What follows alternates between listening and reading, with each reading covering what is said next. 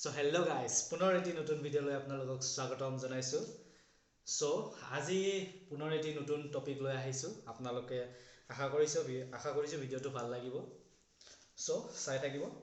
So আজিৰ ইকনমিক্সৰ টপিকটো হ'ল এইটো ইম্পৰ্টেন্ট হয় হায়াৰ সেকেন্ডাৰী সেকেন্ড ইয়াৰৰ যোনটো মানে আগন্তুক আহিবলগীয়া এক্সাম আছে তাতো আহিব পাৰে।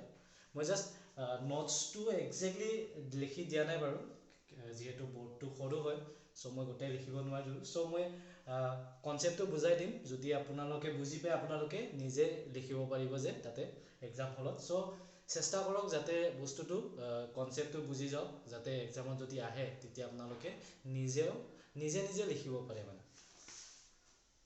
সো কুৱেশ্যনটো হ'ল যে মানুহে নগদ মুদ্ৰা ৰাখিব বিচৰাৰ দুটা প্ৰধান উদ্দেশ্য লিখা।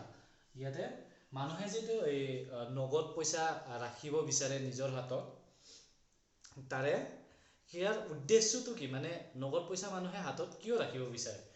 সো প্ৰথম উদ্দেশ্যটো হ'ল লেনদেনৰ অভিপ্ৰায়, ইংলিছত কি বুলি কয় ট্ৰানজেকশ্যন মটিভ।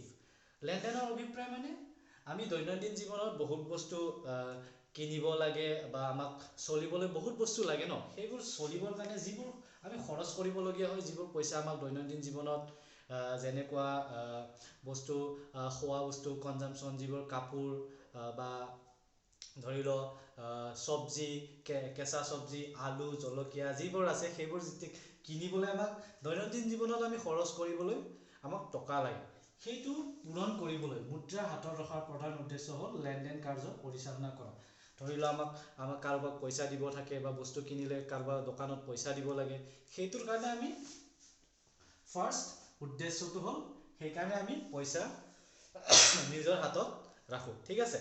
এণ্ড ছেকেণ্ডটো আছে লাভৰ কল্পনাপ্ৰসূত অভিপ্ৰায়, দ্য স্পেকুলেটিভ মটিভ। ইয়াতে দেখা আছে যে এজন ব্যক্তিয়ে তেওঁৰ সম্পদসমূহ মাটি, ঘৰ, সোণ, ৰূপ, ঋণপত্ৰ আদি বিভিন্ন ৰূপত ৰাখিব পাৰে, ঠিক আছে। সো ইয়াতে কৈছে যে আমি পইচাবোৰ বিভিন্ন ৰূপত কেছ পইচাত নাৰাখি, ধৰি লওক যোনটো 100 টকা বা 10 টকা যোনটো মানে কেছ পইচা থাকে, সেইটো কেছ পইচাত নাৰাখি আমি কি কৰিব পাৰোঁ, বেলেগ ফৰ্মতো ৰাখিব পাৰোঁ। যেনেকৈ আমি সেই পইচাৰে আমি মাটি কিনিলোঁ বা সোণ কিনিলোঁ, সেনেকৈ কিনিও ৰাখিব পাৰি। ইয়াতে ঋণপত্ৰৰ কথা কৈছে, সোণ, ৰূপ কথা কৈছে। ঋণপত্ৰ মানে কি হ'ল, চৰকাৰে আমাক এনেকুৱা এটা পত্ৰ দিয়ে, ঋণপত্ৰ, বণ্ড বুলি কয় এইটো, বণ্ডছ বা এই কোম্পানীবোৰে যোনবোৰ ইণ্ডাষ্ট্ৰি আছে সেইবোৰে মানে এনেকুৱা বণ্ডছ মানে কি কৰে, জাৰি কৰে।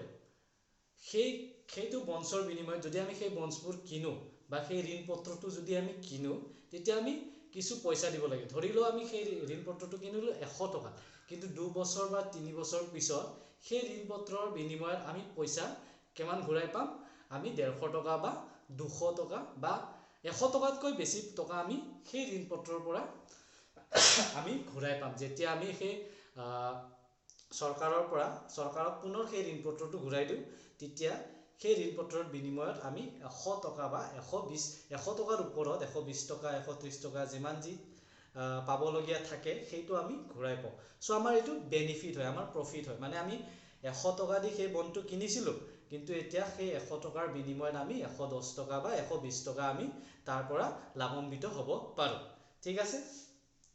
সো ইয়াত কৈছে যে আমি লাভৰ কল্পনাপ্ৰসূত অভিপ্ৰায় মানে আমি যোনটো পইচা আছে ন, টকাটো আমি বিচাৰোঁ কিহৰ কাৰণে, সেইবোৰ বস্তু যোনবোৰ বস্তুৱে আমাক ভৱিষ্যতত মানে বেছিকৈ ইনকাম কৰি কেনে দিব পাৰি, সেইবোৰ বস্তু কিনিবলৈ আমি টকাৰ চাহিদা বা আমি মুদ্ৰা হাতত ৰাখিব বিচাৰোঁ। যদি আমি ধৰি লওঁ আজি মোৰ হাতত যদি 100 টকা আছে, তেতিয়াহে মই সোণ, ৰূপ বা ঋণপত্ৰ সেইবোৰ কিনিব পাৰিম, নহয় জানো। সো সেইবোৰ কিনিবৰ কাৰণে আমি নিজৰ হাতত পইচা ৰাখিব বিচাৰোঁ। যেতিয়া আমি সুবিধা পাম তেতিয়া আমি ধৰি লওঁ ঘৰ বা সোণ, ৰূপ সেইবোৰ কিনি লওঁ।